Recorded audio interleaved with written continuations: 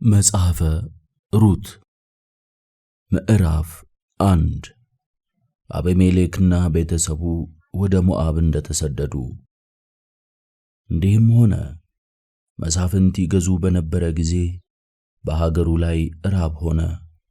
አንድ ሰውም ከሚስቱና ከሁለት ልጆቹ ጋር በሞዓብ ምድር ሊቀመጥ ከይሁዳ ቤተልሔም ተነስቶ ሄደ።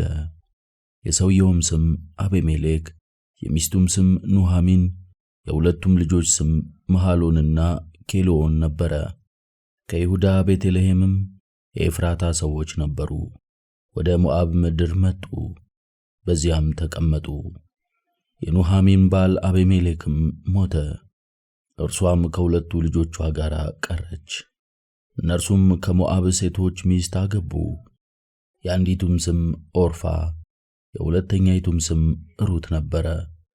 በዚያም 10 ዓመት ያህል ተቀመጡ። መሐሎንና ኬሌዮንም ሁለቱ ሞቱ። ሴቲቱም ከባሏና ከሁለቱ ልጆቿ ተለይታ ቀረች። የኑኃሚን ከሩት ጋር ወደ ቤተልሔም መመለስ። እርሷም በሞዓብ ምድር ሳለች እግዚአብሔር ሕዝቡን እንደጎበኛቸው እህልም እንደሰጣቸው ስለሰማች ከሞዓብ ምድር ልትመለስ ከሁለቱ ምራቶቿ ጋር ተነሳች።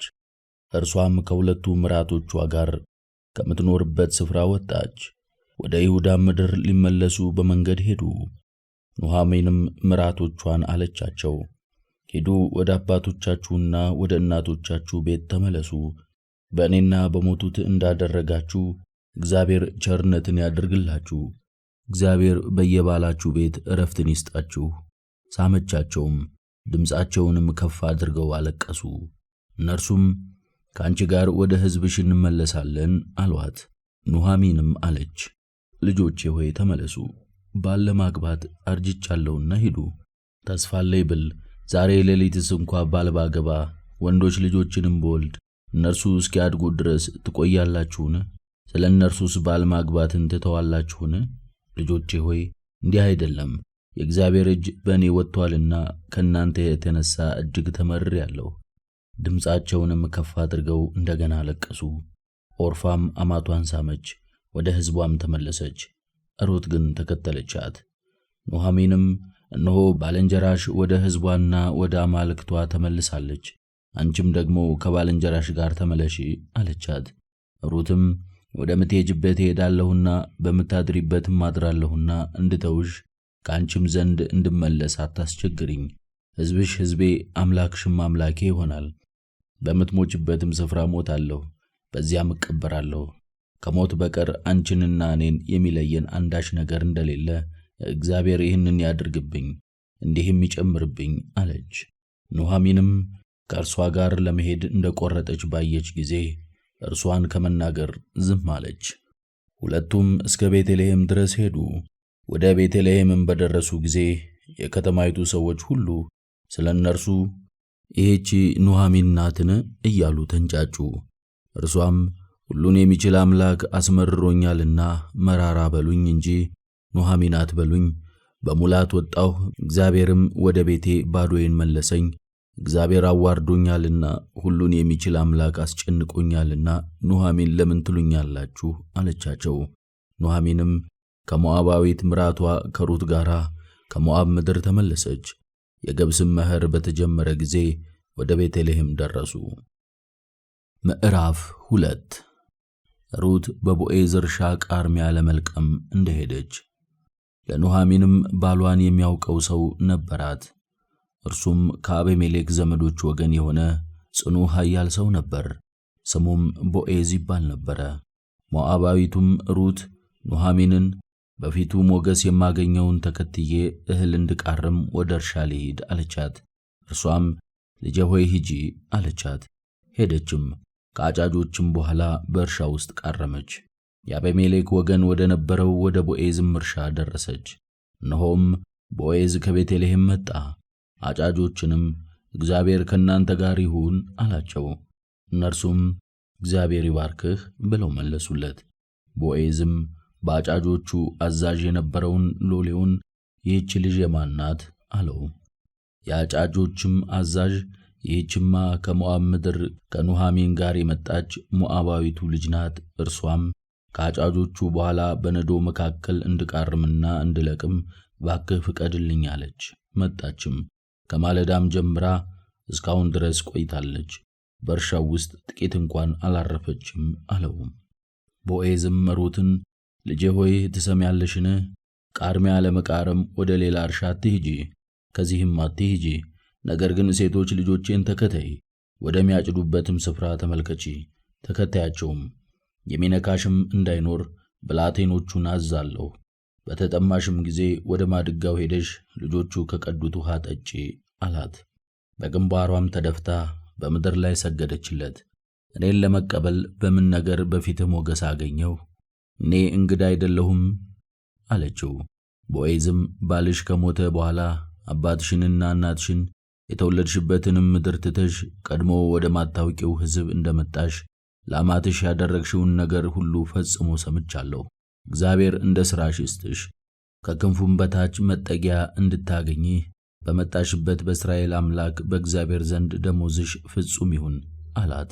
እርሷም ጌታዬ ሆይ ከባሪያዎችህ እንደ አንዲቱ ሳልሆን አጽናንተኸኛልና የባሪያህንም ልብ ደስ አሰኝተሃልና በዓይንህ ሞገስ ላግኝ አለችው።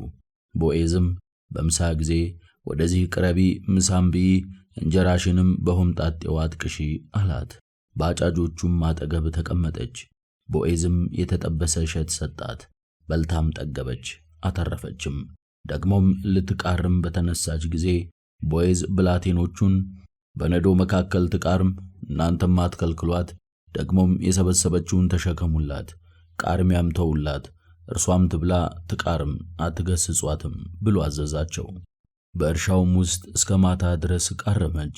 የቃረመችውንም ወቃች። ገብሱንም 1 የኢፍ መስፈሪያ ያህል ሆነ። ተሸክማውም ወደ ከተማ ገባች። አማቷም የቃረመችውን አየች። ከጠገበችም በኋላ የተረፋትን አውጥታ ሰጠቻት። አማቷም ዛሬ ወዴት ቃረምሽ? ወዴትስ ሰራሽ? የተቀበለሽ የተባረከ ይሁን አለቻት። ሩትም ዛሬ የሰራሁበት ሰው ስም ቦዔዝ ይባላል ብላ በማን ዘንድ እንደሰራች ለአማቷ ነገረቻት። ኑሃሚንም ምራቷን ቸርነቱን በሕያዋንና በሙታን ላይ አልተወምና በእግዚአብሔር የተባረከ ይሁን አለቻት። ኑሃሚንም ደግሞ ይህ ሰው የቅርብ ዘመዳችን ነው፣ እርሱም ሊቤዡን ከሚችሉት አንዱ ነው አለቻት። ሞዓባዊቱ ሩትም ደግሞ መከሬን እስኪጨርሱ ድረስ ልጆቼን ተከተይ አለኝ አለቻት። ኑሃሚንም ምራቷን ሩትን ልጄ ሆይ ከሴቶች ልጆቹ ጋር ብትወጪ በሌላም እርሻ ባያገኙሽ መልካም ነው አለቻት። ሩትም የገብሱንና የስንዴውን መከር እስኪጨርሱ ድረስ ልትቃርም የቦዔዝን ሴቶች ልጆች ተከተለች፣ ከአማቷም ጋር ተቀመጠች። ምዕራፍ 3 ሩትና ቦዔዝ በአውድማው ዘንድ። አማቷም ኑሃሚን አለቻት፣ ልጄ ሆይ መልካም እንዲሆንልሽ ዕረፍት አልፈለግሽምን? አሁንም ከሴቶች ልጆቹ ጋር የነበርሽበት ቦዔዝ ዘመዳችን አይደለምን? እነሆ እርሱ በዛሬ ሌሊት አውድማ ይጥላል። እንግዲህ ታጠቢ፣ ተቀቢ፣ ልብስሽንም ተላበሺ፣ ወደ አውድማውም ውረጂ። ነገር ግን መብሉንና መጠጡን እስከሚጨርስ ድረስ ለሰውየው አትታዩ። በተኛም ጊዜ የሚተኛበትን ስፍራ ተመልከቺ፣ ገብተሽም እግሩን ግለጪ፣ ተኝም፣ የምታደርጊውንም እርሱ ይነግርሻል። ሩትም ያልሽኝን ሁሉ አደርጋለሁ አለቻት። ወደ አውድማውም ወረደች፣ አማቷም ያዘዘቻትን ሁሉ አደረገች። ቦዔዝም ከበላ ከጠጣ ሰውነቱንም ደስ ካሰኘ በኋላ ሄዶ በእህሉ ክምር አጠገብ ተኛ። ሩትም በቀስታ መጣች፣ እግሩንም ገልጣ ተኛች። መንፈቀ ሌሊትም በሆነ ጊዜ ቦዔዝ ነቃ፣ ደነገጠም። እነሆም አንዲት ሴት በግርጌው ተኝታ ነበረች። እርሱም ማነሽ አለ። እርሷም እኔ ባሪያህ ሩት ነኝ፣ ዋርሳዬ ነህና ልብስህን በባሪያህ ላይ ዘርጋ አለችው። ቦዔዝም አላት፣ ልጄ ሆይ ለእግዚአብሔር የተባረክሽ ሁኚ፣ ባለጠጋም ድሃም ብለሽ ጎበዛዝትን አልተከተልሽምና ከፊተኛው ይልቅ በመጨረሻው ጊዜ ቸርነትን አድርገሻል። አሁንም ልጄ ሆይ አትፍሪ፣ ያልሽውን ነገር ሁሉ አደርግልሻለሁ። በሀገር ያሉ ሕዝብ ሁሉ የኃይላቸው ሴት እንደሆንሽ ያውቃሉና ዋርሳ መሆኔ እውነት ነው። ነገር ግን ከኔ የሚቀርብ ዋርሳ አለ። ዛሬ ሌሊት ደሪ፣ ነገም እርሱ ዋርሳ መሆን ቢወድ መልካም ነው።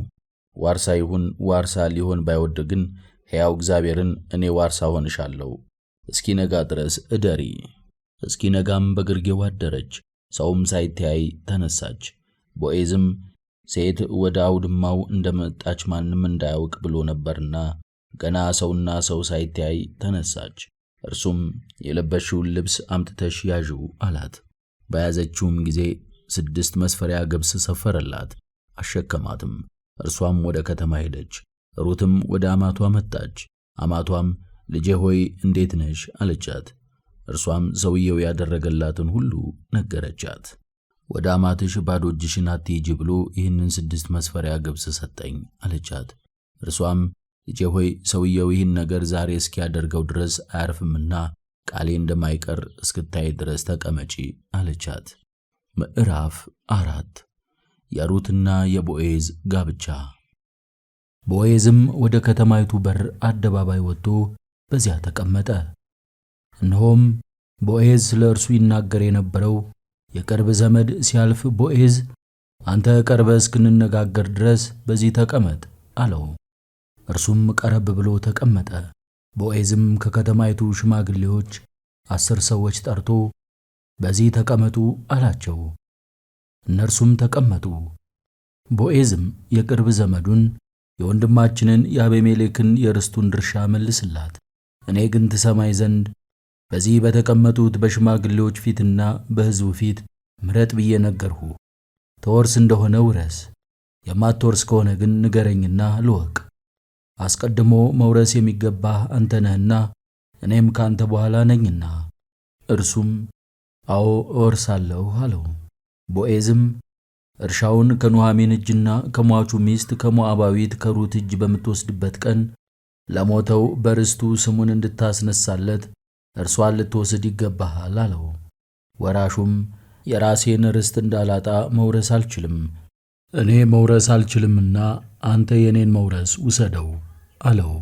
በእስራኤልም ዘንድ ስለ መሸጥና ስለ መለወጥ ነገሩን ለማጽናት ሥርዓት ነበረ።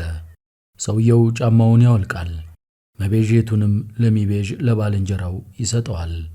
ይህም በእስራኤል ምስክር ነበረ። ወራሹም ቦዔዝን የእኔን መውረስ ውሰድ አለው። ጫማውንም አውልቆ ሰጠው።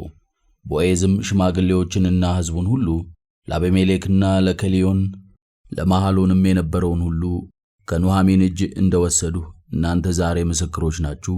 ደግሞም የሟቹ ስም ከወንድሞቹና ከሕዝቡ ወገን መካከል እንዳይጠፋ የሟቹን ስም በርስቱ ላይ እንዳስነሳ የመሐሎንን ሚስት ሞዓባዊቱን ሩትን ሚስት ትሆነኝ ዘንድ ወሰድኋት።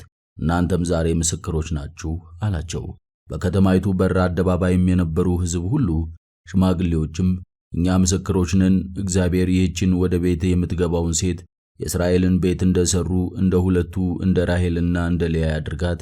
አንተም በኤፍራታ ኃይልን አድርግ፣ ስምህም በቤተልሔም ይጠራ፣ ቤትህም እግዚአብሔር ከዚህች ልጅ ከሚሰጥህ ዘር ትዕማር ለይሁዳ እንደወለደችው እንደ ፋሬስ ቤት ይሁን አሉት። የዳዊት የትውልድ ሐረግ። ቦዔዝም ሩትን ወሰዳት፣ ሚስትም ሆነችው፣ ወደ እርሷም ገባ። እግዚአብሔርም ጽንስ ሰጣት፣ ወንድ ልጅም ወለደች። ሴቶችም ኑኃሚንን ስምሽ በእስራኤል ዘንድ እንዲጠራ ዛሬ ዋርሳ ያላሳጣሽ እግዚአብሔር ይክበር ይመስገን አሏት። ከ7 ወንዶች ልጆች ይልቅ ለአንቺ ከምትሻል ከምትወድሽ ምራት ተወልዷልና ሰውነትሽን ያሳድሰዋል፣ በእርጅናሽም ይመግብሻል አሏት። ኑኃሚንም ሕፃኑን ወሰደች፣ አቀፈችውም፣ ሞግዚትም ሆነችው። ሴቶችም ጎረቤቶቿ ለኑኃሚን ወንድ ልጅ ተወለደላት እያሉ ስም አወጡለት። ስሙንም ኢዮቤድ ብለው ጠሩት። እርሱም የዳዊት አባት የእሴይ አባት ነው። የፋሪስም ትውልድ ይህ ነው። ፋሬስ ኤስሮምን ወለደ። ኤስሮምም አራምን ወለደ። አራምም አሚናዳብን ወለደ። አሚናዳብም ነአሶንን ወለደ። ነአሶንም ሰልሞንን ወለደ። ሰልሞንም ቦዔዝን ወለደ። ቦዔዝም ኢዮቤድን ወለደ። ኢዮቤድም እሴይን ወለደ። እሴይም ዳዊትን ወለደ። አትሮኖስ ቅዱሳት መጻሕፍትን በድምፅ ያንብቡ።